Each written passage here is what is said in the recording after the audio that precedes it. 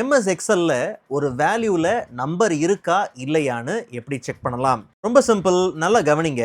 Find function use பண்ணி செல்லுல இருக்கக்கூடிய வேல்யூல நம்பர்ஸ் எந்தெந்த பொசிஷன்ல வருது அப்படிங்கிறத ஃபைண்ட் ஃபங்க்ஷன் யூஸ் பண்ணி கண்டுபிடிக்க போறோம். ஃபைண்ட் டெக்ஸ்ட் ஆர்குமெண்ட்ல கர்லி பிராக்கெட் ஓபன் பண்ணிக்கலாம்.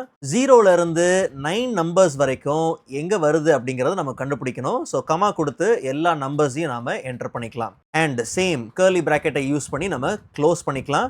கமா கொடுத்ததுக்கு அப்புறம் ஃபைண்ட் டெக்ஸ்ட் ஆர்குமெண்ட்ல எதெல்லாம் கண்டுபிடிக்கணும் அப்படிங்கிற அந்த நம்பர்ஸை கொடுத்தாச்சு.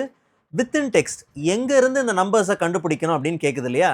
ஸோ டெக்ஸ்ட் இருக்கக்கூடிய அந்த செல்லோட ரெஃபரன்ஸ், அதாவது வேல்யூ இருக்கக்கூடிய அந்த செல் ரெஃபரன்ஸை கொடுத்துட்டு ப்ராக்கெட்டை க்ளோஸ் பண்ணி என்டர் கொடுத்துடலாம்.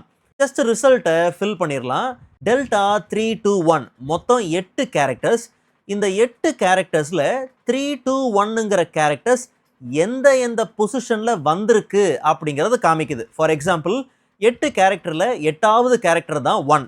ஸோ 1 8வது பொசிஷன்லையும் 2 7th பொசிஷன்லையும் 3 6th பொசிஷன்லையும் பார்த்தீங்கன்னா இருக்குது. இப்படி தான் இந்த ரிசல்ட் வந்திருக்கு. ஸோ ஜஸ்ட் நாம் என்ன பண்ணலாம், இதை கவுண்ட் ஃபங்க்ஷன் யூஸ் பண்ணி கவுண்ட் பண்ணுவோம். அப்போது ஃபைண்ட் ஃபங்க்ஷனுக்கு முன்னாடி நாம் கவுண்ட்டுங்கிற ஃபங்க்ஷனை யூஸ் பண்ணிவிட்டு ஜஸ்ட் எண்டில் போயிட்டு ப்ராக்கெட்டை க்ளோஸ் பண்ணி என்டர் கொடுத்துடலாம். ஸோ இப்போ பார்த்தோம்னா நமக்கு எவ்வளோ நம்பர்ஸ் இருக்குது அப்படிங்கிற கவுண்ட் வேல்யூ பார்த்தீங்கன்னா வந்தாச்சு.